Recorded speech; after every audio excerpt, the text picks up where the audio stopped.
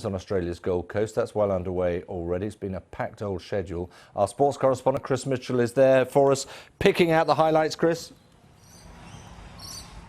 Yes, thank you, David. David, though, hang on a minute. You were talking about the golf. I hope I didn't hear you write off Tiger Woods just then at the halfway point. Did I? Not my job to write him off.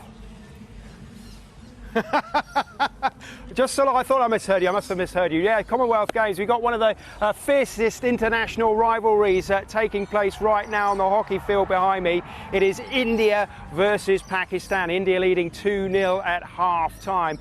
You know, it used to be a fierce rivalry. I wonder whether it is quite as fierce and feisty as it used to be. India's still a great team. They finished runners-up at the Commonwealth Games at the last two editions, and they're hoping to go all the way and face probably Australia again in the final. Pakistan, though, they've kind of fallen off the hockey map, if you like, due to not being able to stage events in the country because of the political tensions there, and also a lack of investment from government. So is the rivalry really as fierce as it used to be?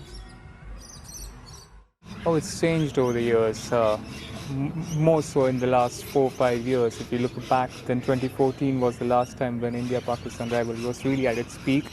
You know, there was the Asian Games finally, and after that the Champions Trophy semi-finally. After that, Pakistan really have slid, which has kind of diluted the rivalry. It's not the same as it was, say, back then. Yes, the rivalry may well be diluted, but inside the stadium there, it is pretty noisy. It's very hot, fantastic, colourful atmosphere.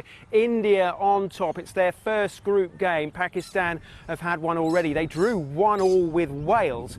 That gives you a kind of impression of where they are right now in terms of their hockey. What else have we had today on day 4? Well, a first. The mixed team triathlon, really exciting. This is where 2 men and 2 women each do a mini triathlon, if you like. That is a swim, a bike ride, and then a grueling run to finish it all off. Who won this? Well, it was the Australians. They're having a fantastic time at the moment. Brilliant time in Poole and the velodrome last night. Tell you a bit more about that at the moment. But they won the mixed team triathlon. This a new and exciting event being held for the first time at the Commonwealth Games. This is something of a dress rehearsal. They wouldn't like me to say that, but it is for the Olympics, because they're going to be doing this in Tokyo in 2020. What a great idea. Get the men and the women together. Get them to do a triathlon, a mini one each.